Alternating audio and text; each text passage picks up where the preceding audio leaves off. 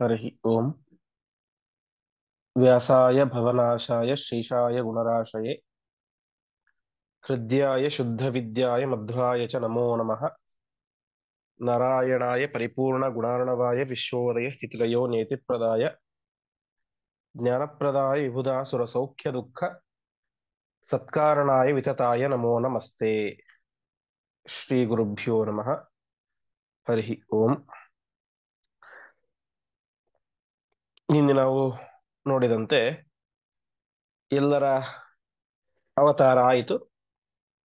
ಅವತಾರ ಆದ ಮೇಲೆ ಕೊನೆಯಲ್ಲಿ ಸೀತಾದೇವಿಯ ಕಥೆಯನ್ನು ಹೇಳಿ ಮುಂದೆ ಅಯೋಧ್ಯೆಯಲ್ಲಿ ನಡೆದಂತಹ ಮುಂದಿನ ಎಲ್ಲ ರೀತಿಯಾದಂತಹ ವಿಚಾರಗಳನ್ನು ಕೂಡ ಆಚಾರ್ಯರು ಸಂಕ್ಷೇಪವಾಗಿ ಹೇಳ್ತಾ ಹೋಗ್ತಾರೆ. ಯಾಕೆಂದ್ರೆ ಇದು ರಾಮಾಯಣದ ಕಥೆಯನ್ನು ಹೇಳಲಿಕ್ಕೆ ಹೊರಟಿರುವಂತಹ ಗ್ರಂಥ ಅಲ್ಲ. ರಾಮಾಯಣದಲ್ಲಿ ಬರುವಂತಹ ಏನು ಗೊಂದಲಗಳಿದ್ದಾವೆ ಅಂತಹ ವಿಚಾರಗಳಿಗೆ ನಿರ್ಣಯವನ್ನು ಕೊಡಲಿಕ್ಕೆ ಅಂತ ಪ್ರಧಾನವಾಗಿ ಹೊರಟಿರುವಂತಹ ಗ್ರಂಥ. ಹಾಗಾಗಿ ಕಥಾಭಾಗ ಆದಷ್ಟು ಸಂಕ್ಷಿಪ್ತವಾಗಿದೆ. 10-15 ಶ್ಲೋಕಗಳಲ್ಲಿ ಹೇಳಬೇಕಾದಂತಹ ವಿಚಾರವನ್ನ ಆಚಾರ್ಯರು ಕೇವಲ ಒಂದೇ ಶ್ಲೋಕದಲ್ಲಿ ಹೇಳಿ ಮುಗಿಸಿಬಿಡ್ತಾರೆ. ಅದರ ತಾತ್ಪರ್ಯ ಅಷ್ಟು. ಅದನ್ನೇ ಹೇಳ್ತಾ ಹೋಗ್ಬಿಟ್ರೆ ಗ್ರಂಥ ತುಂಬಾ ವಿಸ್ತಾರ ಆಗುತ್ತೆ. ಹಾಗಾಗಿ ಯಾವ ಘಟನೆ ಆದ ಮೇಲೆ ಯಾವ ಘಟನೆ ನಡೆಯಿತು ಇತ್ಯಾದಿ ಕ್ರಮದಲ್ಲಿ ಆಚಾರ್ಯರು ಸಂಕ್ಷಿಪ್ತವಾಗಿ ರಾಮಾಯಣದ ಚಿಂತನೆಯನ್ನು ಹೇಳ್ತಾ ಹೋಗ್ತಾರೆ. ಮೊದಲನೇ ಶ್ಲೋಕ. ಅಥಾಭ್ಯವರ್ಧನ್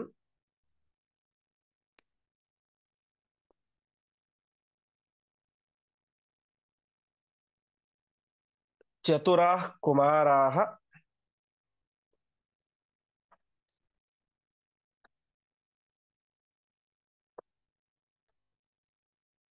ನೃಪಸ್ಯ ಗೇಹೇ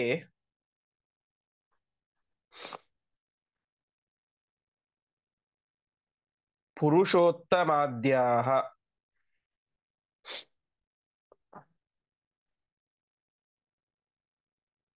ನಿತ್ಯ ಪ್ರವೃದ್ಧಸ್ಯ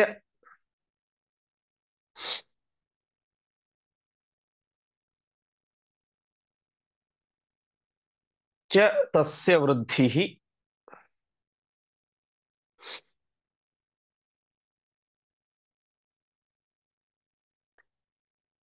ಅಪೇಕ್ಷ್ಯ ಲೋಕಸ್ಯ ಹಿ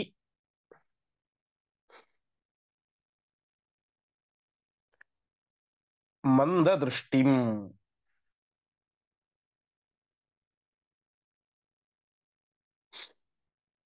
ಪದಚ್ಛೇದ. ಅಥ ಅಭ್ಯವರ್ಧನ್ ಚತುರಾಃ ಕುಮಾರಾಃ ನೃಪಸ್ಯ ಗೇಹೆ ಪುರುಷೋತ್ತಮಾದ್ಯಾಃ ನಿತ್ಯ ಪ್ರವೃದ್ಧಸ್ಯ ಚ ತಸ್ಯ ವೃದ್ಧಿಃ ಅಪೇಕ್ಷ್ಯ ಲೋಕಸ್ಯ ಹಿ ಮಂದದೃಷ್ಟಿಂ. ಹೀಗೆ ಅಯೋಧ್ಯೆಯಲ್ಲಿ ಮುಂದೆ ನಡೆದಂತಹ ವಿಚಾರಗಳನ್ನು ಆಚಾರ್ಯ ತಿಳಿಸ್ತಾ ಹೋಗ್ತಾರೆ. ವಿಶೇಷವಾಗಿ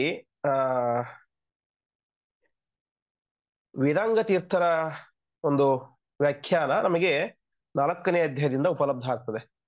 3 ಅಧ್ಯಾಯ ತನಕ ವೇದಾಂಗ ತೀರ್ಥರು ಅಂತ, ಅರ್ಥಾತ್ ಏನು ಸೋದೆ ವಾದಿರಾಜ ಮಠ ಅಂತ ಇದೆ. ಆ ಪರಂಪರೆಯಲ್ಲಿ ವಾದಿರಾಜರಿಗಿಂತ ಸುಮಾರು 7-8 ತಲೆ ಹಿಂದಿನ ಸನ್ಯಾಸಿಗಳು ಅವರು ವೇದಾಂಗ ತೀರ್ಥರು ಅಂತ ಒಳ್ಳೆ ತಪಸ್ವಿಗಳು. ವಿಶಿಷ್ಟವಾಗಿ ಅನೇಕ ಗ್ರಂಥಗಳಿಗೆ ವ್ಯಾಖ್ಯಾನವನ್ನು ರಚನೆ ಮಾಡಿದ್ದಾರೆ. ಅವರು ಕೂಡ ವಿಶೇಷವಾಗಿ ತಾತ್ಪರ್ಯ ದೀಪಿಕಾ ಎಂಬುದಾಗಿ ಒಂದು ವ್ಯಾಖ್ಯಾನ ತಾತ್ಪರ್ಯ ನಿರ್ಣಯಕ್ಕೆ ರಚನೆ ಮಾಡಿದ್ದಾರೆ. ಅದು 3 ಅಧ್ಯಾಯಕ್ಕೆ ನಮಗೆ ಸಿಗೋದಿಲ್ಲ, 4ನೇ ಅಧ್ಯಾಯದಿಂದ ಉಪಲಬ್ಧ ಆಗ್ತದೆ. ಅದು ಕೂಡ ಅತ್ಯಂತ ಸಂಕ್ಷಿಪ್ತವಾದದ್ದು, ಅತ್ಯಂತ ವಿಸ್ತಾರವಾಗಿ ಅವರು ವ್ಯಾಖ್ಯಾನವನ್ನು ಬರೆದಿಲ್ಲ. ಹೀಗೆ ಅವರ ವ್ಯಾಖ್ಯಾನಗಳ ವಿಶೇಷಗಳನ್ನು ಕೂಡ ಇಲ್ಲಿ ಅವಶ್ಯಕ ಇರುತ್ತೋ ಅಲ್ಲಿ ನಾವು ನೋಡ್ತಾ ಹೋಗೋಣ. ಹೀಗೆ ಎಲ್ಲರ ಜನನ ಆಯಿತು. ಜನನ ಆದ ಮೇಲೆ ಎಲ್ಲರೂ ಕೂಡ ಅಥ ಅಂತಂದ್ರೆ ವೇದಾಂಗ ತೀರ್ಥರು ಹೇಳುವಂತೆ ಅವತಾರ ಅನಂತರಂ, ಅವತಾರವನ್ನು ಮಾಡಿದ ಮೇಲೆ ಎಲ್ಲರೂ ಕೂಡ ಅಭ್ಯವರ್ಧಂತ ಬೆಳೆದರು. ಮಕ್ಕಳು ಸ್ವಭಾವ ಬೆಳೀಲಿಕ್ಕೆ ಶುರು ಮಾಡಿದ್ರು ಅಂತ. ಎಲ್ಲಿ ಬೆಳೆದ್ರು ಅಂತಂದ್ರೆ ನೃಪಸ್ಯ ಗೇಹೆ. ನೃಪ ಅಂತಂದ್ರೆ ರಾಜ ಅಂತ. ನೃ ಅಂತಂದ್ರೆ ನರರು, ಮನುಷ್ಯರು. ಪ ಅಂದ್ರೆ ರಕ್ಷಣೆ ಮಾಡುವವನು. ನೃನ್ ಪಾತೀತಿ ನೃಪಃ, ಮನುಷ್ಯರನ್ನ ರಕ್ಷಣೆ ಮಾಡುವವನು ರಾಜ ಅಂತ. ಅಂತಹ ದಶರಥ ರಾಜನ ಅರಮನೆಯಲ್ಲಿ ಆ 4 ಜನ ಪುರುಷೋತ್ತಮಾದ್ಯಾಹ ಚತುರಾಹ ಕುಮಾರಾಹ, ಅದರಲ್ಲಿ ಒಬ್ಬ ಯಾರು ಪುರುಷೋತ್ತಮ, ಅರ್ಥಾತ್ ಸರ್ವೋತ್ತಮರಾದಂತಹ ರಾಮಚಂದ್ರ, ಅಂತಹ ರಾಮಚಂದ್ರನೇ ಮೊದಲಾದಂತಹ ಚತುರಾಹ ಕುಮಾರಾಹ, ಒಳ್ಳೆ ಚತುರರಾದಂಥವ್ರು, ಭಾರೀ ಬುದ್ಧಿವಂತರು, ಅಂತಹ ಸುಂದರರಾದಂತಹ ಕುಶಲರಾದಂತಹ 4 ಜನ ಆ ಕುಮಾರರು, ಮಕ್ಕಳು, ಅವರೆಲ್ಲರೂ ಕೂಡ ಬೆಳೆದರು ಎಂಬುದಾಗಿ ತಿಳಿಸ್ತಾ ಇದ್ದಾರೆ. ಅಂದ್ರೆ ಶರೀರತಃ ಬೆಳೆದರು, ಅಂತರಂಗದಿಂದಾಗಿ ಬೆಳೆದರು ಅಂತ. ಅಂದರೆ ಬೆಳೆಯೋದು ಅನ್ನೋದು 2 ರೀತಿ ಅಂತ. ಒಂದು ಆಂತರಿಕವಾಗಿ, ಇನ್ನೊಂದು ಬಹಿರಂಗವಾಗಿ. ಒಬ್ಬ ವ್ಯಕ್ತಿ ದೈಹಿಕವಾಗಿ ಬೆಳೀತಾ ಹೋದ ಅಂತಂದ್ರೆ ಅದು ಹೊರಗಿನ ಜನರಿಗೆ ಗೊತ್ತಾಗುತ್ತೆ. ಇನ್ನು ಕೈ ದೊಡ್ಡದಾಯಿತು, ಕಾಲು ದೊಡ್ಡದಾಯಿತು, ತಲೆಯಲ್ಲಿ ಕೂದಲು ಬಂತು, ಹೀಗೆಲ್ಲ ಗೊತ್ತಾಗ್ತಾ ಹೋಗುತ್ತೆ. ಆದರೆ ಅಂತರಂಗದಿಂದಾಗಿ ಬೆಳೆಯೋದು ಅದು ಪ್ರತಿಯೊಬ್ಬರಿಗೂ ಗೊತ್ತಾಗ್ಲಿಕ್ಕೆ ಸಾಧ್ಯತೆ ಇರೋದಿಲ್ಲ. ಅವನು ತೋರಿಸಿದರೆ ಆಗುತ್ತೆ, ಇಲ್ಲದೆ ಹೋದರೆ ಅವನು ಅಂತರಂಗವಾಗಿ ಬೆಳೀತಾನೆ ಇರ್ತಾನೆ ಬೌದ್ಧಿಕವಾಗಿ. ಹಾಗೆ ಇಲ್ಲಿ ಇವರೆಲ್ಲರೂ ಕೂಡ ಬೆಳೀತಾ ಹೋದ್ರು. ಅದು ಹೇಗೆ ಅಂತಂದ್ರೆ 2 ರೀತಿಯ ಕೂಡ ಬೆಳೆದರು ಅಂತ. ಒಂದು ದೈಹಿಕವಾಗಿಯೂ ಬೆಳೆದರು, ಒಂದು ಅಂತರಂಗದಿಂದ ಒಳ್ಳೆ ಜ್ಞಾನವನ್ನು ಕೂಡ ಸಂಪಾದನೆ ಮಾಡ್ತಾ ಇದ್ರು. ಸಾಕ್ಷಾತ್ ದೇವಾನ ದೇವತೆಗಳ ಅವತಾರ, ಅದರಲ್ಲೂ ರಾಮ ಯಾವ ಸಾಕ್ಷಾತ್ ಪರಮಾತ್ಮನ ಅವತಾರ. ಅದಕ್ಕೆ ಹೇಳ್ತಾ ಇದ್ದಾರೆ ನಿತ್ಯ ಪ್ರವೃದ್ಧಸ್ಯ ಚ ತಸ್ಯ ವೃದ್ಧಿ ಅಂತ. ಉಳಿದ ಲಕ್ಷ್ಮಣ ಭರತ ಶತ್ರುಘ್ನರು ಬೆಳೆದರು, ಅದೆಲ್ಲ ಸರಿ. ಪರಮಾತ್ಮ ಬೆಳಿಲಿಕ್ಕೆ ಹೇಗ್ ಸಾಧ್ಯ? ಅವನು ನಿತ್ಯ ಪ್ರವೃದ್ಧ, ನಿರಂತರವಾಗಿ ಪೂರ್ಣನಾಗಿ ಇರುವಂಥವನು. ಇವತ್ತು ಕಡಿಮೆ ಇದ್ದ, ಮುಂದೆ ಬೆಳೆದ, ಆ ರೀತಿ ಯಾವ ರೀತಿಯ ವ್ಯವಸ್ಥೆಯೂ ಇಲ್ಲ. ಅವನು ನಿತ್ಯ ಪ್ರವೃದ್ಧ, ಯಾವಾಗಲೂ ಪೂರ್ಣನಾಗಿ ಇರುವಂಥವನು ಪರಮಾತ್ಮ. ಅಂಥವನು ಹೇಗೆ ಬೆಳೆದ ಅಂತ ಹೇಳ್ತೀರಿ ಅಂತಂದ್ರೆ ಅದಕ್ಕೆ ಆಚಾರ್ಯ ಹೇಳ್ತಾ ಇದ್ದಾರೆ ನಿತ್ಯ ಪ್ರವೃದ್ಧಸ್ಯ ಚ ತಸ್ಯ ವೃದ್ಧಿ ಅಪೇಕ್ಷ ಲೋಕಸ್ಯ ಹಿ ಮಂದ ದೃಷ್ಟಿಂ. ಅಂದ್ರೆ ಪರಮಾತ್ಮ ನಿಜ ನಿತ್ಯ ಪ್ರವೃದ್ಧ, ಅವನಿಗೆ ಬೆಳವಣಿಗೆ ಅನ್ನೋದಿಲ್ಲ. ಹಾಗಿದ್ದರೂ ಕೂಡ ಲೋಕಸ್ಯ ಮಂದ ದೃಷ್ಟಿಂ, ಹಿಂದೆ ನಾನು ಹೇಳಿದಂತೆ, ನಾವು ನೋಡಿದಂತೆ ಪರಮಾತ್ಮ ಅನೇಕ ಸಂದರ್ಭಗಳನ್ನ ತಾನು ಕ್ರಿಯೇಟ್ ಮಾಡ್ತಾನೆ. ಯಾಕೆ ಅಂತಂದ್ರೆ ಅದನ್ನು ನೋಡಿ ಅಜ್ಞ ಜನರು ಮೋಹಗೊಳ್ಳಬೇಕು. ಓ, ರಾಮನು ಬೆಳೆದು ಬಿಟ್ಟ, ರಾಮನು ನಮ್ಮ ನಿಮ್ಮಂತೆ ಚಿಕ್ಕವನಿದ್ದ, ದೊಡ್ಡವನಾದ, ಮುಂದೆ ವಯಸ್ಸಾಯಿತು, ಹಾಗಾಗಿ ರಾಮನು ನಮ್ಮ ನಿಮ್ಮಂತೆ ಸಾಮಾನ್ಯ ಎಂಬುದಾಗಿ ತಿಳಿದುಕೊಳ್ಳಬೇಕು ಎನ್ನುವಂತ ಉದ್ದೇಶದಿಂದಾಗಿ ಪರಮಾತ್ಮ ಅನೇಕ ಸಂದರ್ಭಗಳನ್ನು ಸೃಷ್ಟಿ ಮಾಡ್ತಾನೆ. ಅದರಲ್ಲಿ ಇದು ಒಂದು. ಅಂದ್ರೆ ಜಗತ್ತಿನಲ್ಲಿರುವಂತಹ ಅಜ್ಞಾನಿಗಳು ರಾಮನು ಕೂಡ ಒಬ್ಬ ಸಾಮಾನ್ಯ, ಅವನು ಕೂಡ ನಮ್ಮ ನಿಮ್ಮಂತೆ ಬೆಳೆದ ಎಂಬುದಾಗಿ ತಿಳಿಬೇಕು ಎನ್ನುವಂತಹ ಉದ್ದೇಶದಿಂದಾಗಿ ಪರಮಾತ್ಮ ತಾನೇನಾದ ಬೆಳೆದಂತೆ ತೋರಿಸಿಕೊಂಡ.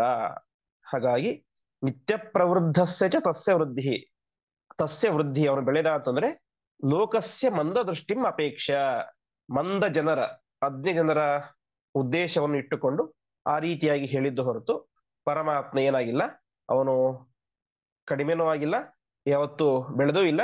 ಯಾಕೆ ಅಂತಂದ್ರೆ ಈ ಬೆಳೆಯೋದು ಅನ್ನೋದು ಯಾವಾಗ ಬರುತ್ತೆ ಅಂದ್ರೆ ಪ್ರಾಕೃತವಾದಂತಹ ದೇಹ ಇದ್ದಾಗ, ನಮ್ಮ ನಿಮ್ಮಂತೆ ಪಾಂಚಭೌತಿಕವಾದಂತಹ ಶರೀರ ಇದ್ದಾಗ. ಆದರೆ ಪರಮಾತ್ಮ ಅವನದು ಪಾಂಚಭೌತಿಕವಾದಂತಹ ಶರೀರ ಅಲ್ಲ, ಹಾಗಾಗಿ ಅಲ್ಲಿ ಬೆಳೆಯುವಂತಹ ಅವಕಾಶವಿರೋದಿಲ್ಲ. ಹಾಗಾಗಿ ಇಲ್ಲಿ ಬೆಳೆದದ್ಯಾರು ಮಾತ್ರ ಲಕ್ಷ್ಮಣ ಭರತ ಶತ್ರುಘ್ನರು ಮಾತ್ರ. ಹಾಗಾಗಿ ಅವರು ಮಾತ್ರ ಬೆಳೆದರು, ಪರಮಾತ್ಮ ಬೆಳೆದಂತೆ ತೋರಿಸಿಕೊಂಡ ಎನ್ನುವಂತಹ ಅಂಶವನ್ನು ನಾವು ಇಲ್ಲಿ ಗಮನಿಸಬೇಕು. ಇದು ಆಚಾರ್ಯರ ವೈಶಿಷ್ಟ್ಯ. ಇಲ್ಲಿ ವಾಸ್ತವಿಕವಾಗಿ ಬೇರೆಯವರಾಗಿದೆ ಏನು ಹೇಳ್ಬಿಡ್ತಾ ಇದ್ರು, ಸರಿ 4 ಜನ ಬೆಳೆದು ಬಿಟ್ರು, ದೊಡ್ಡವರಾದ್ರು ಅಂತ ಇಷ್ಟೇ ಹೇಳ್ತಾ ಇದ್ರು. ಆದ್ರೆ ಆಚಾರ್ಯ ಹೇಳ್ತಾ ಇದ್ದಾರೆ ಬೆಳೆದರು, ಆದ್ರೆ ರಾಮ ಮಾತ್ರ ಬೆಳೀಲಿಲ್ಲ ಅಂತ. ಅದು ಆಚಾರ್ಯರು ಕೊಡುವಂತಹ ಒಂದು ನಿರ್ಣಯ ಮತ್ತು ಒಂದು ದೊಡ್ಡ ಪ್ರಮೇಯ. ಹೀಗೆ 4 ಜನ ರಾಜನ ಅರಮನೆಯಲ್ಲಿ ಬೆಳೆದು ದೊಡ್ಡವರಾಗ್ತಾ ಹೋದ್ರು ಅಂತ. ಮುಂದಿನ ಶ್ಲೋಕ ನಿರೀಕ್ಷ್ಯ ನಿತ್ಯಂ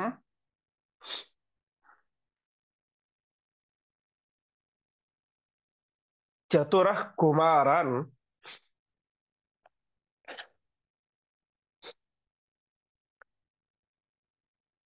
ಪಿತಾ ಮುದಂ ಸಂತತಂ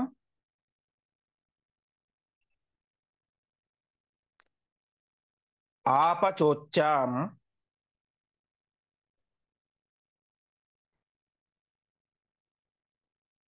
ವಿಶೇಷತೋ ರಾಮ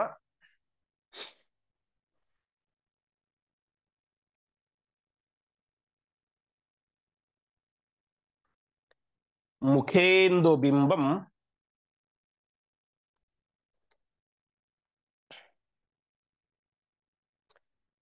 ಅವೇಕ್ಷ ರಾಜ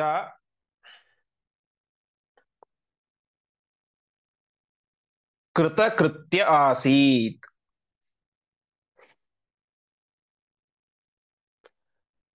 ತನ್ಮಾತರಃ ಪೌರ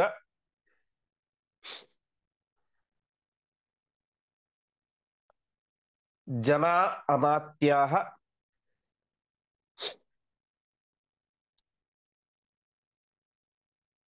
ಅಂತಃಪುರಾಃ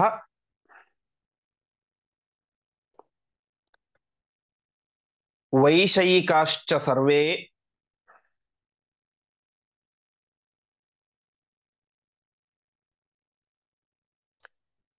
ಅವೇಕ್ಷಮಾಣಾಃ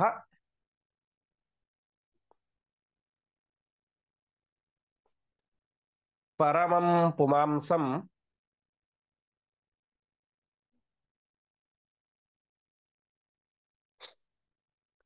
ಸ್ವಾನಂದ ತೃಪ್ತಾಃ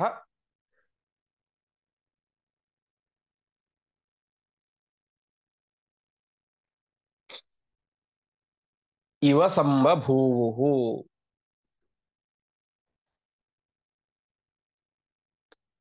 ಪದಚ್ಛೇದ. ನಿರೀಕ್ಷ್ಯ ನಿತ್ಯಂ ಚತುರಃ ಕುಮಾರಾನ್ ಪಿತಾ ಮುದಂ ಸಂತತಂ ಆಪ ಚ ಉಚ್ಚಾಂ ವಿಶೇಷತಃ ರಾಮಮುಖೇಂದು ಬಿಂಬಂ ಅವೇಕ್ಷ್ಯ ರಾಜ ಕೃತಕೃತ್ಯಃ ಆಸೀತ್.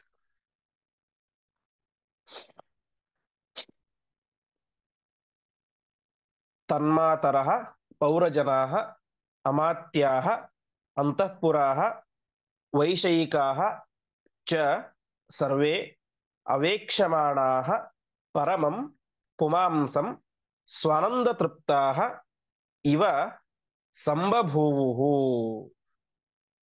ಹೀಗೆ ಬೆಳೀತಾ ಹೋದ್ರು. ಮಕ್ಕಳು ಬೆಳೆದಾಗ ಏನಾಗುತ್ತೆ, ಸಹಜವಾಗಿ ತಂದೆ ತಾಯಿಗಳಿಗೆ ವಿಪರೀತವಾದಂತಹ ಆನಂದ ಆಗುತ್ತೆ. ಅವರ ಆಟ ಪಾಠ ಎಲ್ಲವನ್ನು ನೋಡ್ತಾ ಇದ್ದಾಗ ವಿಶಿಷ್ಟವಾದಂತಹ ಆನಂದ ಅದು ಸಹಜವಾಗಿ. ಸಾಮಾನ್ಯ ಮಕ್ಕಳೇನೆ ನೋಡೋದಕ್ಕೆ ತುಂಬಾ ಮುದ್ದಾಗಿ ಇರ್ತಾರೆ, ಎತ್ತಿಕೊಳ್ಳಬೇಕು ಅಂತ ಅನ್ಸುತ್ತೆ, ಮುದ್ದಾಡ್ಬೇಕು ಅಂತ ಅನ್ಸುತ್ತೆ, ತಂದೆ ತಾಯಿಗಳಿಗೆ ಭಾರಿ ಸಂತೋಷ ಆಗುತ್ತೆ. ಅಂತಹದರಲ್ಲಿ ಸಾಕ್ಷಾತ್ ಪರಮಾತ್ಮನೇನೆ ಮಗುವಾಗಿ ಅವತಾರ ಮಾಡಿದ್ದಾನೆ. ಅಂತಹದ್ರೆ ಎಷ್ಟು ವಿಶಿಷ್ಟವಾದಂತಹ ಕಾಂತಿ ಇರಬೇಕು, ತೇಜಸ್ಸಿರಬೇಕು. ಉಳಿದ ಮೂವರು ಕೂಡ ದೇವಾನು ದೇವತೆಗಳು. ಹಾಗಾಗಿ ಅಂತಹ ಚತುರಃ ಕುಮಾರನ್, ಆ 4 ಜನರ ಮುಖವನ್ನು ನಿರಂತರವಾಗಿ ನೋಡ್ತಾ ನೋಡ್ತಾ ನೋಡ್ತಾ ನಿರೀಕ್ಷ ನಿತ್ಯಂ, ನಿತ್ಯದಲ್ಲಿಯೂ ಕೂಡ ಅವನು ನಿರೀಕ್ಷೆ ನೋಡ್ತಾ ಇದ್ದ.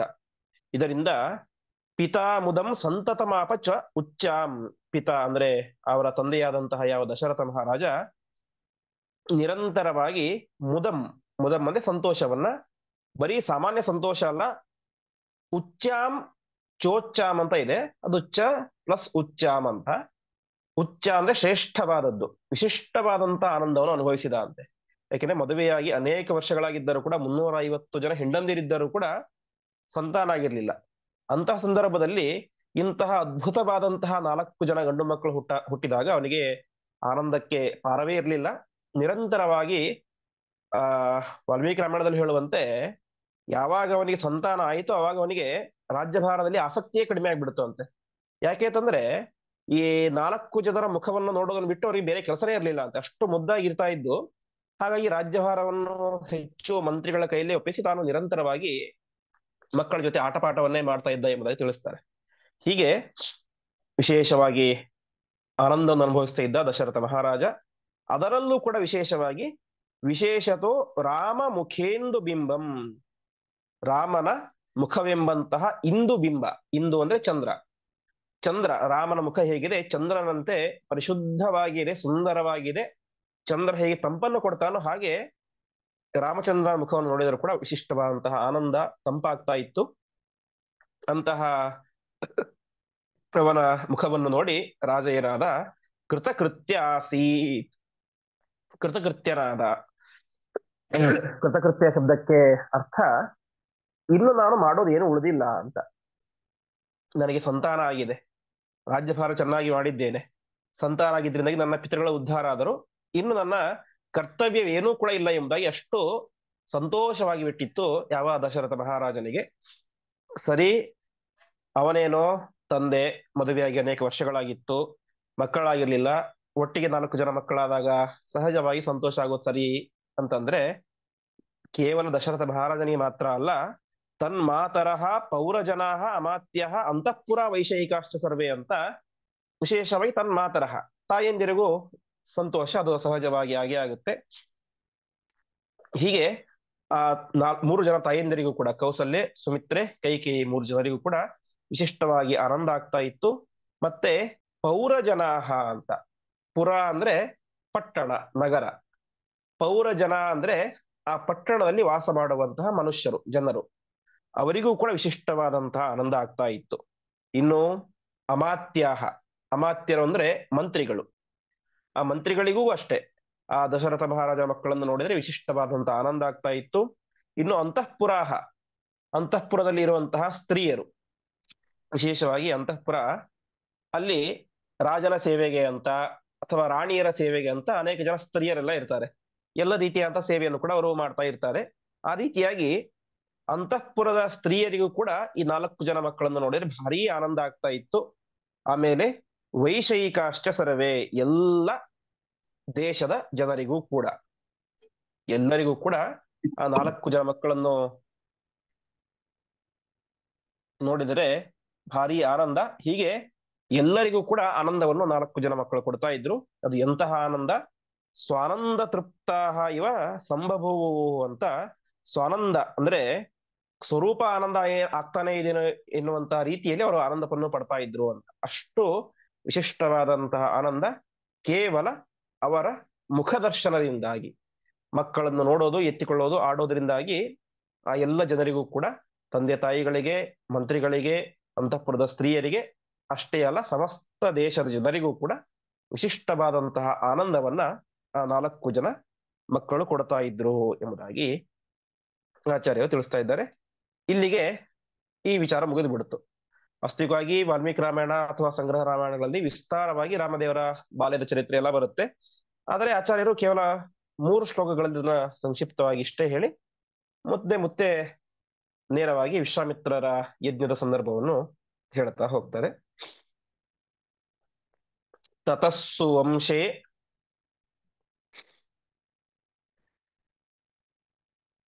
ಶಶಿನಃ ಪ್ರಸೂತಃ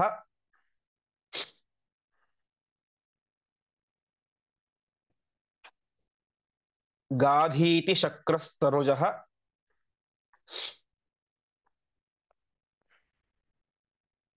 ಅಸ್ಯ ಆಸೀತ್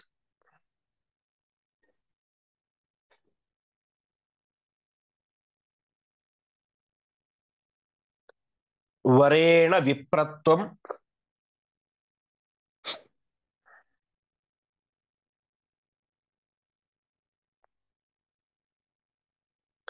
ಅವಾಪಯೋಸೌ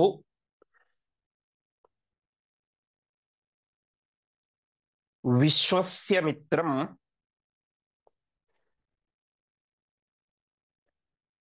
ಸಹಿಹಾಜಗಾಮ.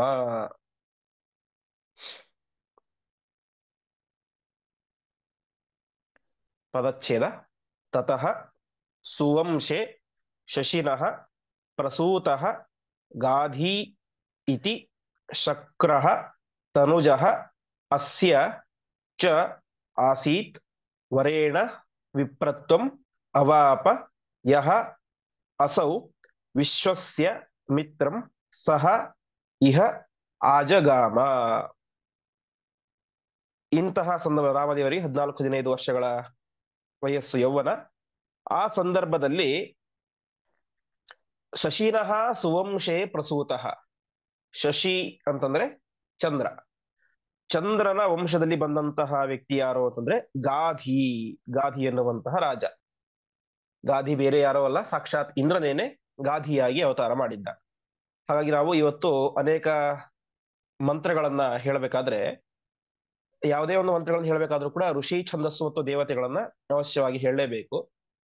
ಕಾಟಕೋಪನಿಷತ್ತಿನಲ್ಲಿ ಹೇಳುವಂತೆ ಮತ್ತು ಇನ್ನು ಬೇರೆ ಉಪನಿಷತ್ನಲ್ಲಿ ಹೇಳುವಂತೆ ಯೋವಾ ಹವೈ ಅವಿದಿತ ಋಷಿಚ್ಛಂದೋ ದೇವತಾದಿಭಿಃ ಯಜತಿ ಯಾಜಯತಿ ಅಧ್ಯಯತಿ ಅಧ್ಯಾಪಯತಿ ಗರ್ತೇವಾ ಪದ್ಯತೆ ಸ್ಥಾಣುಮಾ ಉಚ್ಯತಿ ಎಂಬುದಾಗಿ ಯಾವುದೇ ಮಂತ್ರ ಆಗಲಿ ಅದರ ಋಷಿ ಛಂದಸ್ಸು ದೇವತೆಗಳನ್ನು ನಾವು ಸ್ಮರಣೆ ಮಾಡಿ ಏನೇ ಆ ಮಂತ್ರದ ಪಾರಾಯಣ ಜಪ ಏನೇನಾದ್ರೂ ಮಾಡಲೇಬೇಕು ಅಂತ. ಅದಕ್ಕೆ ನಾವು ಗಾಯತ್ರ ವಿಶ್ವಾಮಿತ್ರ ಋಷಿ ಅಂತಲೇ ಹೇಳ್ತಾ ಹೋಗ್ತೀವಿ. ಹಾಗೆ ಆ ವಿಶ್ವಾಮಿತ್ರ ಎನ್ನುವಂತಹ ಋಷಿ ಅಲ್ಲಿ ಅನೇಕ ಮಂತ್ರಗಳಲ್ಲಿ ಗಾಧಿಸುತೋ ವಿಶ್ವಾಮಿತ್ರ ಋಷಿ ಎಂಬುದಾಗಿ ಹೇಳ್ತಾರೆ. ಯಾಕೆಂದ್ರೆ ಅವನು ಗಾಧಿ ಎನ್ನುವಂತಹ ಋಷಿಯ ಮಗ ಆದ್ರಿಂದಾಗಿ. ಇನ್ನು ಋಷಿ ಛಂದಸ್ಸು ದೇವತೆಗಳನ್ನ ಯಾಕೆ ಹೇಳಬೇಕು ಅಂತ, ಸಾಮಾನ್ಯವಾಗಿ ಋಷಿಯನ್ನು ಹೇಳಬೇಕಾದ್ರೆ ತಲೆಯನ್ನು ಮುಟ್ಕೊಳ್ತೇವೆ. ಯಾಕೆ ಅಂತಂದ್ರೆ ಆ ಮಂತ್ರವನ್ನು ಕಂಡಂತಹ ಋಷಿಗಳು ನಮ್ಮ ತಲೆಯಲ್ಲಿ ಇದ್ದುಕೊಂಡು ಆ ಮಂತ್ರದ ಅರ್ಥವನ್ನ ನಮಗೆ ಹೊಳೆಸಲಿ ಎಂಬುದಾಗಿ ಪ್ರಾರ್ಥನೆ. ಅದಾದ ಮೇಲೆ ತುಟಿಯ ಮೇಲ್ಭಾಗದಲ್ಲಿ ಮುಟ್ಟುಕೊಂಡು ಛಂದಸ್ಸಿನ ಅಭಿಮಾನಿ ದೇವತೆಗಳನ್ನು ಅಂತ. ಛಂದಸ್ಸು ಅಂತ ಹೇಳಿ ಕನ್ನಡದಲ್ಲಿ ಹೇಳುವಂತೆ ರಾಗ. ಅಂದ್ರೆ ಆ ಛಂದಸ್ಸಿಗೆ ಅಭಿಮಾನಿಗಳಾದಂತಹ ದೇವತೆಗಳು ನಮ್ಮ ನಾಲಿಗೆಯಲ್ಲಿ ಇದ್ದುಕೊಂಡು ಮಂತ್ರವನ್ನ ಚೆನ್ನಾಗಿ ನುಡಿಸಲಿ. ಆಮೇಲೆ ಪ್ರತಿಪಾದ್ಯ ದೇವತೆಯನ್ನು ಹೃದಯದಲ್ಲಿ ಮುಟ್ಟುಕೊಂಡು ಆ ಮಂತ್ರ ಯಾರನ್ನು ಹೇಳ್ತಾ ಇದ್ದೇನೋ ಆ ದೇವತೆ ನನ್ನ ಹೃದಯದಲ್ಲಿ ಬಂದು ನೆಲೆಸಲಿ ಅಂತ. ಹೀಗೆ ಇಷ್ಟು ಉದ್ದೇಶವಾಗಿ ಹೇಳೋದು. ಅಂತಹ ವೇದವನ್ನೇ ಕಂಡಂತಹ ಶ್ರೇಷ್ಠ ಋಷಿ ಅದು ವಿಶ್ವಾಮಿತ್ರ ಎಂಬಂತಹ ಋಷಿ. ವಿಶೇಷವಾಗಿ ಅವನು ಏನಾಗಿದ್ದ, ತನುಜಃ ಗಾಧಿ ಎನ್ನುವಂತಹ ರಾಜನ ಮಗನಾಗಿ ಹುಟ್ಟಿದ್ದ. ವಿಶೇಷವಾಗಿ ವಾಸ್ತವಿಕವಾಗಿ ನೋಡಿದರೆ ಯಾರವನು ರಾಜ, ಚಂದ್ರವಂಶದಲ್ಲಿ ಬಂದಂತ ಒಬ್ಬ ರಾಜ. ಆದರೆ ವರೇಣ ವಿಪ್ರತ್ವ ಅವಾಪ ಯೋಸವು, ಅವನು ಮುಂದೆ ವಿಶ್ವಾಮಿತ್ರರು ತಪಸ್ಸನ್ನು ಮಾಡಿ ವರವನ್ನು ಪಡೆದುಕೊಂಡು ಬ್ರಾಹ್ಮಣರಾದರು. ವಿಪ್ರತ್ವಂ ಬ್ರಾಹ್ಮಣ್ಯವನ್ನ ಪಡೆದುಕೊಂಡರು. ಅಂತಹ ವಿಶ್ವಸ್ಯ ಮಿತ್ರಂ ಸಹ್ಯಾಜಗಾಮ, ಅಂತಹ ವಿಶ್ವಾಮಿತ್ರರು ಇಹ ಇಲ್ಲಿಗೆ ಅರ್ಥಾತ್ ಅಯೋಧ್ಯೆಯ ದಶರಥ ರಾಜನ ಅರಮನೆಗೆ ತಾವು ಬಂದರು ಎಂಬುದಾಗಿ ಹೇಳ್ತಾ ಇದ್ದಾರೆ. ವಿಶೇಷವಾಗಿ ಮಹಾಭಾರತ ಮುಂತಾದಂತಹ ಗ್ರಂಥಗಳಲ್ಲಿ ಹೇಳುವಂತೆ ಕುಶಸ್ಯ ಪುತ್ರ ಬಲವಾನ್ ಕುಶನಾಭಶ್ಚ ಧಾರ್ಮಿಕ ಅಂತ ಕುಶ ಎನ್ನುವಂತಹ ಮಗ ಇದ್ದ. ಅವನ ಮಗ ಕುಶನಾಭ ಅಂತ. ಕುಶನಾಭನ ಮಗ ಗಾಧಿ, ಅಗಾಧಿಯ ಮಗ ವಿಶ್ವಾಮಿತ್ರ ಅಂತ ವಿಶ್ವಾಮಿತ್ರರ ವಂಶದ ಚರಿತ್ರೆಯನ್ನು ಹೇಳ್ತಾ ಹೋಗ್ತಾರೆ. ವಿಶೇಷವಾಗಿ ನಾವು ಯಾವ ವಸಿಷ್ಠರ ಜೊತೆಗೆ ವಿಶ್ವಾಮಿತ್ರರಿಗೆ ಕಾದಾಟ ಆಗುತ್ತೆ ಒಂದು ಕಾಮಧೇನುವಿನ ಸಲುವಾಗಿ. ಆವಾಗ ವಸಿಷ್ಠರ ಆ ಒಂದು ಬ್ರಹ್ಮಬಲ ಅಂದ್ರೆ ಅವರಿಗಿದ್ದಂತಹ ಮಂತ್ರ ಬಲವನ್ನು ಕಂಡು ಇವರಿಗೆ ಆಶ್ಚರ್ಯ ಆಗ್ಬಿಡುತ್ತೆ. ಯಾರಿಗೆ? ವಿಶ್ವಾಮಿತ್ರರಿಗೆ.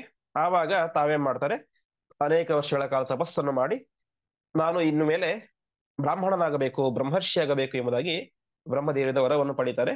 ಹೀಗೆ ಬ್ರಹ್ಮದೇವರ ವರದಿಂದಾಗಿ ಅವರೇನಾದ್ರು ರಾಜನಾದಂತಹ ಒಬ್ಬ ವ್ಯಕ್ತಿ ವಿಶ್ವಾಮಿತ್ರರು ಮುಂದೆ ಬ್ರಹ್ಮರ್ಷಿಯಾಗಿ, ಕೇವಲ ಋಷಿಯಲ್ಲ ಬ್ರಹ್ಮರ್ಷಿಯಾಗಿ ತಾವು ಒಳ್ಳೆಯ ಸ್ಥಾನವನ್ನು ಪಡೆದುಕೊಂಡ್ರು. ಅಂತಹ ವಿಶ್ವಾಮಿತ್ರರು ವಿಶೇಷವಾಗಿ ವಿಶ್ವಕ್ಕೇನೆ ಮಿತ್ರರಾಗಿದ್ದರು. ಅಂತಹ ಋಷಿಗಳು ತಾವು ಇಲ್ಲಿಗೆ ಬಂದರು ಎಂಬುದಾಗಿ ತಿಳಿಸ್ತಾ ಇದ್ದಾರೆ. ಯಾಕೆ ಬಂದರು ಅಂತ ಮುಂದೆ ಹೇಳ್ತಾ ಹೋಗ್ತಾರೆ. ತೇನಾರ್ಥಿತೋ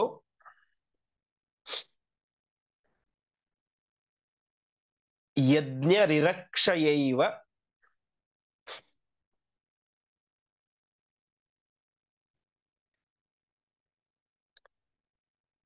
ಕೃಚ್ಛ್ರೇಣ ಪಿತ್ರಾಸ್ಯ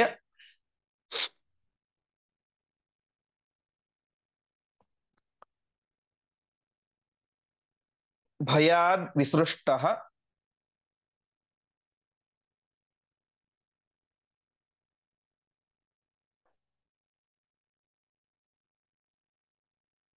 ಭಯಾದ್ವಿಸೃಷ್ಟಃ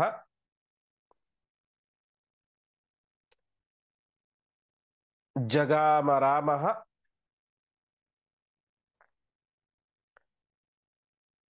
ಸಹ ಲಕ್ಷ್ಮಣೇನ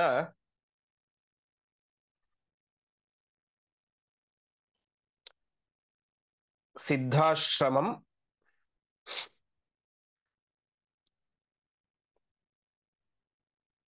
ಸಿದ್ಧಜನಾಭಿವಂದ್ಯಃ.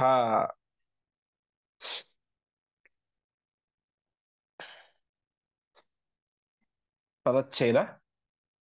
ತೇನ ಅರ್ಥಿತಃ ಯಜ್ಞರಿರಕ್ಷಯ ಏವ ಕೃಚ್ಛ್ರೇಣ ಪಿತ್ರ ಅಸ್ಯ ಭಯಾತ್ ವಿಸೃಷ್ಟಃ ಜಗಾಮ ರಾಮಃ ಸಹ ಲಕ್ಷ್ಮಣೇನ ಸಿದ್ಧಾಶ್ರಮಂ ಸಿದ್ಧ ಜನಾಭಿವಂದ್ಯ. ಇದರ ಬಗ್ಗೆ ವಾಲ್ಮೀಕಿ ರಾಮಾಯಣದಲ್ಲಿ ವಿಸ್ತಾರವಾಗಿ ಬರುತ್ತೆ. ಅಲ್ಲಿ ದಶರಥ ಮಹಾರಾಜನ ಮಾತುಗಳು, ಅವನಿಗೆ ಆದಂತಹ ಭಯ, ದುಃಖ ಎಲ್ಲವನ್ನು ಕೂಡ ವಿಸ್ತಾರವಾಗಿ ಹೇಳ್ತಾರೆ. ಅಷ್ಟೆಲ್ಲವನ್ನು ಕೂಡ ಆಚಾರ್ಯರು ಸಂಕ್ಷಿಪ್ತವಾಗಿ ಒಂದೇ ಶ್ಲೋಕದಲ್ಲಿ ಹೇಳ್ತಾರೆ. ವಿಶ್ವಾಮಿತ್ರ ಬಂದಿದ್ಯಾಕೆ? ಯಜ್ಞ ರಿರಕ್ಷಯ ಏವ. ಯಜ್ಞ ರಿರಕ್ಷ ಅಂದ್ರೆ ಯಜ್ಞವನ್ನು ರಕ್ಷಣೆ ಮಾಡಬೇಕು ಎನ್ನುವಂತಹ ಉದ್ದೇಶದಿಂದಾಗಿ ಬಂದಿದ್ದು. ಅಂದ್ರೆ ವಿಶ್ವಾಮಿತ್ರರು ಯಜ್ಞವನ್ನು ಮಾಡಬೇಕಾದ್ರೆ ಅಲ್ಲಿ ಈ ಸುಬಾಹು ಮತ್ತು ಮಾರೀಚ ಎನ್ನುವಂತಹ ದುಷ್ಟರು ಯಜ್ಞಕ್ಕೆ ಅಪವಿತ್ರವಾದಂತಹ ವಸ್ತುಗಳನ್ನು ಹಾಕ್ತಾ ಇದ್ರು. ಈ ರಕ್ತ, ಮಾಂಸ ಮುಂತಾದಂತವುಗಳನ್ನು ಹಾಕ್ತಾ ಇದ್ರು. ಹಾಗಾಗಿ ಯಜ್ಞ ಅಪವಿತ್ರವಾಗ್ತಾ ಇತ್ತು. ವಿಶೇಷವಾಗಿ ಅಲ್ಲೇನಾಯ್ತು, ಆವಾಗ ಯಾವ ವಿಶ್ವಾಮಿತ್ರರು ತಾವೇನು ಚಿಂತನೆ ಮಾಡ್ತಾರೆ, ರಾಮನ ಮುಖಾಂತರ ಇವರನ್ನ ಸಂಹಾರ ಮಾಡಿಸಬೇಕು ಅಂತ. ಯಾಕೆ ಆ ರೀತಿಯಾಗಿ ಆಯ್ತು ಅಂತಂದ್ರೆ, ಅಲ್ಲಿ ವಿಶೇಷವಾಗಿ ಅವರಿಗೆ ಬ್ರಹ್ಮದೇವರ ವರ ಇತ್ತು, ಅವರಿಗೆ ಅವಧ್ಯತ್ವ ವರ ಇತ್ತು. ಹಾಗಾಗಿ ತಮ್ಮ ಕೈಲಿ ಸಾಧ್ಯ ಇಲ್ಲ ಬ್ರಹ್ಮದೇವರ ವರವನ್ನು ಮೀರ್ಲಿಕ್ಕೆ. ಹಾಗಾಗಿ ತಾವೇನ್ ಮಾಡ್ತಾರೆ, ರಾಮದೇವರ ಮುಖಾಂತರ ಇವರನ್ನು ಸಂಹಾರ ಮಾಡಿಸಬೇಕು ಎನ್ನುವಂತಹ ಆಲೋಚನೆಯಿಂದಾಗಿ ಯಾವ ಸಿದ್ಧಾಶ್ರಮದಿಂದಾಗಿ ತಾವು ಅಲ್ಲಿಗೆ ಬರ್ತಾರೆ.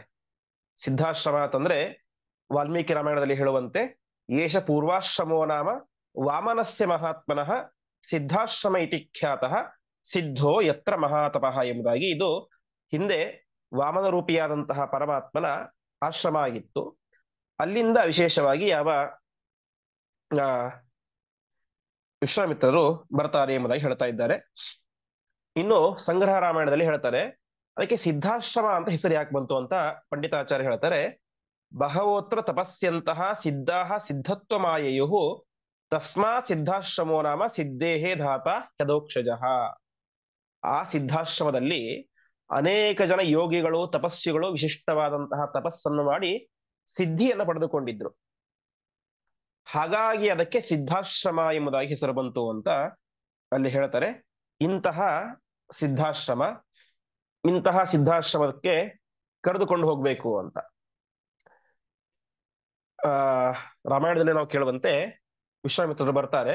ಬಂದ ತಕ್ಷಣ ದಶರಥನಿಗೆ ಭಾರಿ ಸಂತೋಷ ಆಗ್ಬಿಡುತ್ತೆ. ನಿಮ್ಗೆ ಏನ್ ಬೇಕೋ ಕೇಳಿ ನಾ ಕೊಡ್ತೇನೆ ಅಂತ ಮೊದಲೇ ಮಾತು ಕೊಟ್ಟು ಬಿಡ್ತಾನೆ ಆ ಸಂತೋಷದಲ್ಲಿ. ಆವಾಗ ಹೇಳ್ತಾರೆ, ಹೀಗೆ ಯಜ್ಞದ ರಕ್ಷಣೆ ಆಗಬೇಕು, ಹಾಗಾಗಿ ನಿನ್ನ ಮಗನಾದಂತಹ ರಾಮನನ್ನು ಕಳಿಸು ಅಂತ. ದಶರಥ ಜೋರಾಗಿ ಅಳ್ಳಿಕ್ ಶುರು ಮಾಡ್ಬಿಡ್ತಾನೆ. ಸರ್ವಥಾ ಸಾಧ್ಯ ಇಲ್ಲ, ಇನ್ನು ಸಣ್ಣ ಹುಡುಗ, ಸರಿಯಾಗಿ ಮುಖದ ಮೇಲೆ ಮೀಸೆ ಒಂದಿಲ್ಲ, ಇಂತಹ ಹುಡುಗನನ್ನ ಕಳಿಸ್ಲಿಕ್ಕೆ ಸಾಧ್ಯ ಇಲ್ಲ ಎಂಬುದಾಗೆಲ್ಲ ಜೋರಾಗಿ ಇದು ಮಾಡ್ತಾನೆ. ಕೊನೆಗೆ ಎಷ್ಟು ಹೇಳಿದ್ರು ಕೂಡ ಕೇಳೋದಿಲ್ಲ. ಕೊನೆಗೆ ಭಯಾದ್ ವಿಸೃಷ್ಟ ಅಂತ ವಸಿಷ್ಠರು ಬಂದು ಅವನಿಗೆ ಉಪದೇಶವನ್ನು ಮಾಡ್ತಾರೆ. ಇವನು ಸಾಮಾನ್ಯ ವ್ಯಕ್ತಿ ಅಲ್ಲ ಎಂಬುದಾಗಿ ರಾಮದೇವರ ಬಗ್ಗೆ, ಅವರ ಪರಾಕ್ರಮದ ಬಗ್ಗೆ ಹೇಳಿದಾಗ ಕೊನೆಗೆ ಮನಸ್ಸಿನಿಂದಾಗಿ ಭಯಾತ್ ವಿಸೃಷ್ಟ, ವಿಶ್ವಾಮಿತ್ರರು ಒಂದು ವೇಳೆ ನಾನು ರಾಮನನ್ನು ಕಳಿಸದೆ ಹೋದರೆ ಶಾಪ ಕೊಟ್ಟಾರು ಎನ್ನುವಂತಹ ಭಯದಿಂದಾಗಿ ತಾನೇನ್ ಮಾಡಿದ, ಕೃಚ್ರೇಣ ವಿಸೃಷ್ಟ. ಕೃಚ್ರ ಅಂದ್ರೆ ಕಷ್ಟ ಅಂತ ನಾವು ಕೇಳ್ತೇವೆ, ಕೃಚ್ರ ಚಾಂದ್ರಾಯಣ ವ್ರತ ಅಂತ. ಅಂದ್ರೆ ಅದನ್ನು ಕೂಡ ತುಂಬಾ ಕಷ್ಟಪಟ್ಟು ಮಾಡುವಂಥದ್ದು ಅಂತ. ಹೀಗೆ ಕಷ್ಟಪಟ್ಟು, ಮನಸ್ಸಿಗೆ ತುಂಬಾ ಕಷ್ಟವಾದರೂ ಕೂಡ ಹೆದರಿಕೆಯಿಂದಾಗಿ ತಾನೇನ್ ಮಾಡಿದ, ರಾಮ ಮತ್ತು ಲಕ್ಷ್ಮಣರನ್ನ ವಿಶೇಷವಾಗಿ ಆ ಯಜ್ಞದ ರಕ್ಷಣೆಗೆ ಅಂತ ಕಳಿಸ್ತಾನೆ. ಯಾವಾಗ ಜಗಾಮ ರಾಮ ಸಹ ಲಕ್ಷ್ಮಣೇನ ಅಂತ ಲಕ್ಷ್ಮಣನ ಜೊತೆಗೆ ರಾಮದೇವರು ಅಲ್ಲಿಗೆ ಹೋಗ್ತಾರೆ. ಎಲ್ಲಿಗೆ ಅಂದ್ರೆ ಸಿದ್ಧಾಶ್ರಮಂ ಸಿದ್ಧ ಜನಾಭಿವಂದ್ಯ. ಸಿದ್ಧಾಶ್ರಮ ಎನ್ನುವಂತ ಪ್ರದೇಶಕ್ಕೆ ಸಿದ್ಧ ಜನಾಭಿವಂದ್ಯ, ಅಲ್ಲಿರುವಂತಹ ಅನೇಕ ಜನರು ಪರಮಾತ್ಮನಿಗೆ ನಮಸ್ಕಾರವನ್ನು ಮಾಡ್ತಾರೆ. ಅಲ್ಲಿರುವಂತಹ ಸಿದ್ಧ ಜನರಿಂದಾಗಿ ನಮಸ್ಕರಿಸಲ್ಪಟ್ಟಂತಹ ರಾಮಚಂದ್ರ ದೇವರು ಆ ಸಿದ್ಧಾಶ್ರಮಕ್ಕೆ ಹೋದರು, ವಿಶ್ವಾಮಿತ್ರರ ಯಜ್ಞವನ್ನ ರಕ್ಷಣೆ ಮಾಡ್ಲಿಕ್ಕೋಸ್ಕರ ಎಂಬುದಾಗಿ ಹೇಳ್ತಾ ಇದ್ದಾರೆ. ಆ ಸಂದರ್ಭದಲ್ಲಿ ಅಲ್ಲಿಗೆ ಹೋಗ್ಬೇಕಾದ್ರೆ ಏನಾಯಿತು ಎಂಬುದಾಗಿ ಒಂದು ಚರಿತ್ರೆಯನ್ನ ಆಚಾರ್ಯರು ನಿರ್ಣಯಾತ್ಮಕವಾಗಿ ತಿಳಿಸ್ತಾರೆ. ಅನುಗ್ರಹಾರ್ಥಂ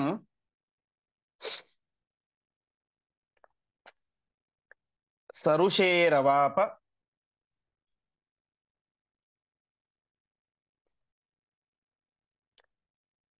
ಸಲಕ್ಷ್ಮಣೋಸ್ತ್ರಂ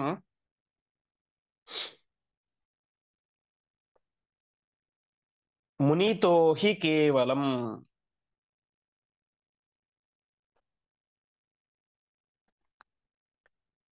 ವವಂದಿರೆ ಬ್ರಹ್ಮಮುಖಾಃ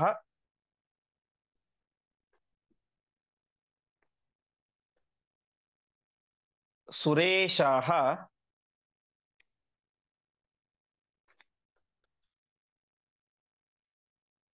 ತಮಸ್ತ್ರರೂಪಾಃ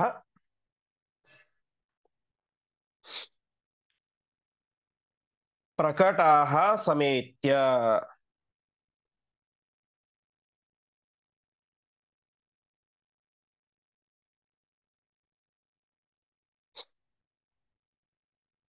ಪದಚ್ಛೇದ.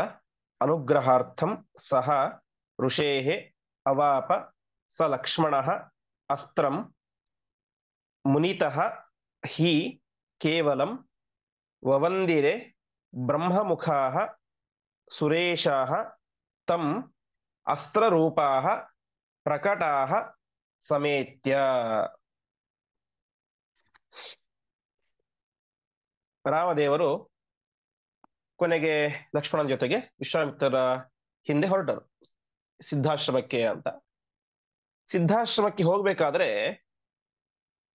ಮಾರ್ಗ ಮಧ್ಯದಲ್ಲಿ ವಿಶ್ವಾಮಿತ್ರರು ಅನೇಕ ರೀತಿಯಾದಂತಹ ಅಸ್ತ್ರ ಮಂತ್ರಗಳನ್ನ ರಾಮಲಕ್ಷ್ಮಣರಿಗೆ ಉಪದೇಶವನ್ನು ಮಾಡ್ತಾರೆ. ಇದನ್ನು ನಮಗೆ ಮೇಲ್ನೋಟಕ್ಕೆ ನೋಡಿದಾಗ ಏನನ್ಸುತ್ತೆ, ಸರಿ ಇದರಲ್ಲೇನೋ ವೈಶಿಷ್ಟ್ಯ ಇದೆ, ರಾಮ ಇನ್ನು ಹುಡುಗ, ಅವನಿಗೆ ಗುರುಗಳಾದಂತಹ ವಿಶ್ವಾಮಿತ್ರರು ಮಂತ್ರಗಳನ್ನು ಉಪದೇಶ ಮಾಡಿದರು, ಇದು ಸಹಜವಾದದ್ದು ಅಂತ ಅನ್ಸುತ್ತೆ. ಆದರೆ ಆಚಾರ್ಯರು ಹೇಳ್ತಾ ಇದ್ದಾರೆ, ರಾಮದೇವರಿಗೆ ಗೊತ್ತಿಲ್ಲ ಅಂತ ವಿಶ್ವಾಮಿತ್ರರು ಉಪದೇಶ ಮಾಡಿದ್ದಲ್ಲ. ಮತ್ತ್ಯಾಕೆ ಮಾಡಿದ್ರು, ಮತ್ತ್ಯಾಕೆ ಇವ್ನು ಸ್ವೀಕಾರ ಮಾಡಿದ ಅಂತಂದ್ರೆ ಅದಕ್ಕೆ ಹೇಳ್ತಾ ಇದ್ದಾರೆ, ಅನುಗ್ರಹಾರ್ಥಂ ಸ ಋಷೇರ ವಾಪ. ಆ ಋಷಿಗಳಿಗೆ ಅನುಗ್ರಹ ಮಾಡಬೇಕು ಎನ್ನುವಂತ ಉದ್ದೇಶದಿಂದಾಗಿ ರಾಮದೇವರು ಉಪದೇಶವನ್ನ ಸ್ವೀಕಾರ ಮಾಡಿದರು ಅಂತ. ಅಂದರೆ ರಾಮ ಸಾಕ್ಷಾತ್ ಪರಮಾತ್ಮ, ಸರ್ವಜ್ಞ, ಯಾವ ಅಸ್ತ್ರ ಮಂತ್ರಾದಿಗಳ ಅವಶ್ಯಕತೆನೇ ಅವನಿಗಿಲ್ಲ, ಎಲ್ಲವನ್ನು ಕೂಡ ಬಲ್ಲಂತಹ ಸರ್ವಜ್ಞನಾದಂಥವನು ಪರಮಾತ್ಮ. ಅಂತಹ ರಾಮ ವಿಶ್ವಾಮಿತ್ರರು ಉಪದೇಶ ಮಾಡಿದಾಗ ಯಾಕೆ ಸ್ವೀಕಾರ ಮಾಡಿದ ಅಂತಂದ್ರೆ ಒಟ್ಟು ಎರಡು ಪ್ರಧಾನವಾದಂತಹ ಕಾರಣ. ಒಂದು, ಆಚಾರ್ಯರು ಹೇಳುವಂತೆ ಅನುಗ್ರಹಾರ್ಥಂ ಸ ಋಷೇರ ವಾಪ. ಉಪದೇಶ ಅಂತಂದ್ರೆ ಕಿವಿಯಲ್ಲಿ ಗುಟ್ಟಾಗಿ ಹೇಳುವಂಥದ್ದು. ಜಪ ಅಂದ್ರೆ ಇವತ್ತು ನಾವೇನು ಗಾಯತ್ರಿ ಜಪ ಅಂತ ಮಾಡ್ತೇವೆ, ನಾರಾಯಣ ಅಷ್ಟಾಕ್ಷರ ಜಪ, ಕೃಷ್ಣಮಂತ್ರ ಜಪ, ಯಾವುದೇ ಆಗಲಿ ಜಪದ ಬಗ್ಗೆ ಒಂದು ಮಾತನ್ನ ಹೇಳ್ತಾರೆ, ಷಟ್ಕರಣೋ ಭಿದ್ಯತೆ ಮಂತ್ರ ಅಂತ. ನಾವು ಮಾಡುವಂತಹ ಮಂತ್ರ ಜಪ ಅದು ಆರನೇ ಕಿವಿಗೆ ಕೇಳಿಸಿದರೆ ಅದೆಲ್ಲ ವ್ಯರ್ಥವಾಗುತ್ತೆ ಅಂತ. ಅಂದ್ರೆ ನಾವು ಮಾಡುವಂತಹ ಜಪ ನಮ್ಮ ಎರಡು ಕಿವಿಗಳಿಗೆ ಕೇಳಿಸ್ಬೇಕು, ಪರಮಾತ್ಮನ ಎರಡು ಕಿವಿಗಳಿಗೆ ಅಷ್ಟು ಮಾತ್ರ ಕೇಳುವಂತೆ ಇರಬೇಕು, ಇನ್ನೊಬ್ಬರಿಗೆ ಕೇಳುವಂತೆ ನಾವು ಜಪವನ್ನು ಮಾಡಬಾರದು. ಹಾಗೆ ಉಪದೇಶವೂ ಅಷ್ಟೇ. ಉಪದೇಶವನ್ನು ಗಾಯತ್ರಿ ಮಂತ್ರ ಅಂತ ಇವತ್ತು ಉಪನಯನದಲ್ಲಿ ಎಲ್ಲರ ಮುಂದೆ ಜೋರಾಗಿ ಮೈಕ್ ಹಿಡ್ಕೊಂಡು ಮಾಡೋದಿಲ್ಲ, ಬೇರೆಯದ್ರ ಮೈಕ್ ಹಿಡ್ಕೊಂಡು ಹೇಳ್ತಾರೆ. ಆದರೆ ಉಪದೇಶ ಹಾಕಬೇಕಾದ್ರೆ ಹಾಗಲ್ಲ, ಬಟ್ಟೆಯನ್ನು ಮುಚ್ಚಿಕೊಂಡು ತಂದೆ ಗುಪ್ತವಾಗಿ ಆ ಮಗನ ಕಿವಿಯಲ್ಲಿ ಉಪದೇಶವನ್ನು ಮಾಡ್ತಾನೆ. ಹೀಗೆ ಕಿವಿಯಲ್ಲಿ ಗುಟ್ಟಾಗಿ ವಿಶ್ವಾಮಿತ್ರರು ಉಪದೇಶ ಮಾಡೋದರಿಂದಾಗಿ ಅವರಿಗೆ ಒಂದು ಪುಣ್ಯ ಬರುತ್ತೆ, ಪರಮಾತ್ಮನ ಹತ್ತಿರ ತಾವು ತಿಳಿದುಕೊಂಡದ್ದನ್ನ ಒಪ್ಪಿಸಿದ ಹಾಗೆ ಅನುವಾದ ಮಾಡಿದ ರೀತಿಯಾಗಿ ಆಗುತ್ತೆ. ಅದರಿಂದ ಏನಾಗುತ್ತೆ, ರಾಮದೇವರು ವಿಶ್ವಾಮಿತ್ರರಿಗೆ ಅನುಗ್ರಹವನ್ನು ಮಾಡ್ತಾರೆ. ಹಾಗಾಗಿ ಅನುಗ್ರಹಾರ್ಥಂ ಸ ಋಷೇರ ವಾಪ. ವಿಶ್ವಾಮಿತ್ರರಿಗೆ ಅನುಗ್ರಹವನ್ನು ಮಾಡಬೇಕು ಮತ್ತು ಅವರು ತಿಳಿದುಕೊಂಡಿರುವಂತಹ ಮಂತ್ರಗಳು ಇನ್ನಷ್ಟು ಬಲಶಾಲಿಯಾಗಬೇಕು, ಅರ್ಥಾತ್ ಅವರಿಗೆ ಇನ್ನಷ್ಟು ಬಲವನ್ನು ಕೊಡಬೇಕು ಎನ್ನುವಂತಹ ಉದ್ದೇಶದಿಂದಾಗಿ ರಾಮದೇವರು ತಾವು ಉಪದೇಶವನ್ನು ಪಡೆದುಕೊಂಡರು. ಇದು ಒಂದು ಚಿಂತನೆ. ಇನ್ನೊಂದು, ಜಗತ್ತಿನಲ್ಲಿ ನಾವು ಹಿಂದೆ ಕೇಳಿದಂತೆ ಪರಮಾತ್ಮ ಅವತಾರ ಮಾಡೋದು ಕೇವಲ ದುಷ್ಟರನ್ನು ಸಂಹಾರ ಮಾಡ್ಲಿಕ್ಕೋಸ್ಕರ ಮಾತ್ರ ಅಲ್ಲ, ಒಬ್ಬ ವ್ಯಕ್ತಿ ಯಾವ ರೀತಿಯಾಗಿ ಬಾಳಿ ಬದುಕಬೇಕು ಎನ್ನುವುದನ್ನ ತೋರಿಸಲಿಕ್ಕೋಸ್ಕರ ಅಂತ. ಹಾಗಾಗಿ ರಾಮಾಯಣ ಅವತಾರ ಮಾಡಿಬಿಟ್ಟಿದ್ದಾನೆ, ಅವನಿಗೆಲ್ಲ ಗೊತ್ತು, ಗುರುಕುಲ ಅವಶ್ಯಕತೆ ಏನಿಲ್ಲ ಅಂತ ಪರಮಾತ್ಮ ಗುರುಗಳು ಗುರುಕುಲ ಅವಶ್ಯಕತೆ ಏನಂತ ಬಿಡ್ಲಿಲ್ಲ. ಹೊರತು ನಾವು ಹಿಂದೆನೂ ಕೂಡ ಕೇಳಿದಂತೆ ಪರಮಾತ್ಮ ಅನುಗ್ರಹ ಮಾಡೋದು ಗುರುಗಳ ಮುಖಾಂತರ. ಹಾಗಾಗಿ ಗುರುಗಳ ಮುಖಾಂತರ ಉಪದೇಶವನ್ನು ಪಡೆಯಬೇಕು ಎನ್ನುವಂತಹ ಉದ್ದೇಶವನ್ನ ಜಗತ್ತಿಗೆ ತೋರಿಸಲಿಕ್ಕೋಸ್ಕರ ಪರಮಾತ್ಮ ತಾನೇ ಮಾಡಿದ. ತನಗೆಲ್ಲ ಗೊತ್ತಿದ್ದರೂ ಕೂಡ ವಿಶ್ವಾಮಿತ್ರರ ಮುಖಾಂತರ ತಾನು ಉಪದೇಶವನ್ನು ಪಡೆದು ತಾನು ಶಿಷ್ಯ, ಅವರೊಬ್ಬ ಗುರುಗಳು ಎನ್ನುವುದನ್ನ ಜಗತ್ತಿಗೆ ತೋರಿಸಿದ. ಪ್ರತಿಯೊಬ್ಬರು ಕೂಡ ಅಧ್ಯಯನ ಮಾಡಬೇಕು, ಉಪದೇಶವನ್ನ ಪಡೆದು ಜಪವನ್ನು ಮಾಡಬೇಕು ಎನ್ನುವುದನ್ನ ಜಗತ್ತಿಗೆ ತೋರಿಸಿದ.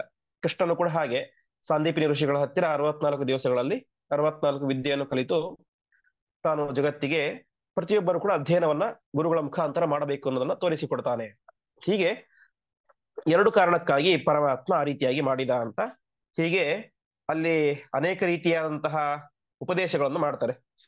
ಬಲ ಮತ್ತು ಅತಿಬಲ ಅಂತ, ಅಂದ್ರೆ ಹಸಿವೆ ನೀರಡಿಕೆಗಳನ್ನೇ ಕಳೆಯುವಂತಹ ಮಂತ್ರಗಳು, ಅದೇ ರೀತಿಯಾಗಿ ಅನೇಕ ರೀತಿಯಾದಂತಹ ಅಸ್ತ್ರಗಳು, ಅವೆಲ್ಲವನ್ನು ಕೂಡ ಯಾವ ವಿಶ್ವಾಮಿತ್ರರು ಅವರಿಗೆ ಉಪದೇಶವನ್ನು ಮಾಡ್ತಾರೆ. ಆ ರೀತಿಯಾಗಿ ಉಪದೇಶವನ್ನೆಲ್ಲವನ್ನು ಕೂಡ ಯಾವ ರಾಮಚಂದ್ರ ದೇವರು ಸ್ವೀಕಾರವನ್ನು ಮಾಡ್ತಾರೆ. ಅನೇಕ ವಾಯುವ್ಯಾಸ್ತ್ರ ಮುಂತಾದಂತಹ ಅನೇಕ ಅಸ್ತ್ರಗಳನ್ನು ಉಪದೇಶ ಮಾಡ್ತಾರೆ. ಅವೆಲ್ಲವನ್ನು ಕೂಡ ಸಲಕ್ಷ್ಮಣ, ಲಕ್ಷ್ಮಣ ಸಮೇತನಾಗಿ ತಾನು ಉಪದೇಶವನ್ನು ಪಡೆದುಕೊಂಡ. ಅಂದ್ರೆ ರಾಮದೇವರಿಗೂ ಉಪದೇಶವನ್ನು ಮಾಡಿದರು, ಲಕ್ಷ್ಮಣನಿಗೂ ವಿಶ್ವಾಮಿತ್ರರು ಉಪದೇಶವನ್ನು ಮಾಡಿದರು. ಸರಿ, ಅಸ್ತ್ರ ಮಂತ್ರಗಳನ್ನು ಉಪದೇಶ ಮಾಡಿದಾಗ ಗುರುಗಳು ಹೇಳಿದನ್ನು ರಾಮ ಶಿಷ್ಯ ಹೇಳಬೇಕಲ್ವಾ ವಾಪಸ್. ಹಾಗೆ ಹೇಳಿದಾಗ ಏನಾಯ್ತು, ವವಂದಿರೆ ಬ್ರಹ್ಮಮುಖಾಹ ಸುರೇಶಾಹ ಅಸ್ತ್ರರೂಪಾಹ ಪ್ರಕಟಾಹ ಸಮೇತ್ಯ ಅಂತ. ಯಾವಾಗ ರಾಮದೇವರು ಅಸ್ತ್ರ ಮಂತ್ರಗಳನ್ನು ಹೇಳಿದರೋ ಆವಾಗ ಆ ಅಸ್ತ್ರಕ್ಕೆ ಅಭಿಮಾನಿಗಳಾದಂತಹ ದೇವತೆಗಳು ಪ್ರಕಟಾಹ ಸಮೇತ್ಯ ಪ್ರತ್ಯಕ್ಷರಾಗಿ ಬಂದು ನಿಂತರಂತೆ. ಬಂದು ನಿಂತು ವಿಶೇಷವಾಗಿ ವವಂದಿರೆ ರಾಮದೇವರಿಗೆ ನಮಸ್ಕಾರವನ್ನು ಮಾಡ್ತಾರೆ. ಆವಾಗ ರಾಮದೇವರು ಹೇಳ್ತಾರೆ, ನೀವು ನನ್ನ ಒಳಗಡೆನೆ ಸನ್ನಿಹಿತರಾಗಿ ಇರಿ, ನನ್ನ ಒಳಗಡೆನೆ ಇರಿ, ಯಾವಾಗ ನಾನು ಕರಿತೀರೋ ಆವಾಗ ನೀವು ಆ ಅಸ್ತ್ರದಲ್ಲಿ ಇದ್ದುಕೊಂಡು ದುಷ್ಟರ ಸಂಹಾರವನ್ನು ಮಾಡಿ ಎಂಬುದಾಗಿ ಹೇಳ್ತಾರೆ. ಹೀಗೆ ಸಾಮಾನ್ಯ ಜನರು ನೋಡಿದಾಗ ಏನು ಅನ್ಕೊಳ್ತಾರೆ, ರಾಮಾಯಣವನ್ನು ನೋಡಿದಾಗ ರಾಮ ಸಹಜವಾಗಿ ಅಧ್ಯಯನ ಮಾಡಿಬಿಟ್ಟ ಅಂತ ಅನ್ಕೊಳ್ಳುತ್ತೇವೆ. ಆದರೆ ಆಚಾರ್ಯರು ನಿರ್ಣಯವನ್ನು ಕೊಡ್ತಾ ಇದ್ದಾರೆ, ಅವನು ಅಧ್ಯಯನ ಮಂತ್ರಗಳ ಉಪದೇಶ ಪಡೆದುಕೊಂಡಿದ್ದು ತನಗೆ ಗೊತ್ತಿಲ್ಲ ಅಂತ ಅಲ್ಲ, ಹೊರತು ಜಗತ್ತಿಗೆ ಮಾರ್ಗದರ್ಶನವನ್ನು ಮಾಡಬೇಕು, ಇದೊಂದು ಉದ್ದೇಶ.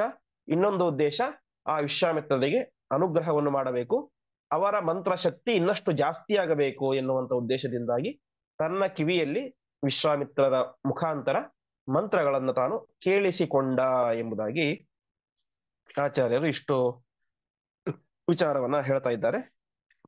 ಮತ್ತೆ ಮುಂದೆ ಆದಂತಹ ತಾಟಕ, ಆ ಸುಬಾಹು ಮುಂತಾದಂತವರ ಸಂಹಾರ, ಆಮೇಲೆ ಅಹಲ್ಯೆ ಉದ್ಧಾರ, ಹೀಗೆ ಅನೇಕ ವಿಚಾರಗಳನ್ನ ತಿಳಿಸ್ತಾ ಹೋಗ್ತಾರೆ.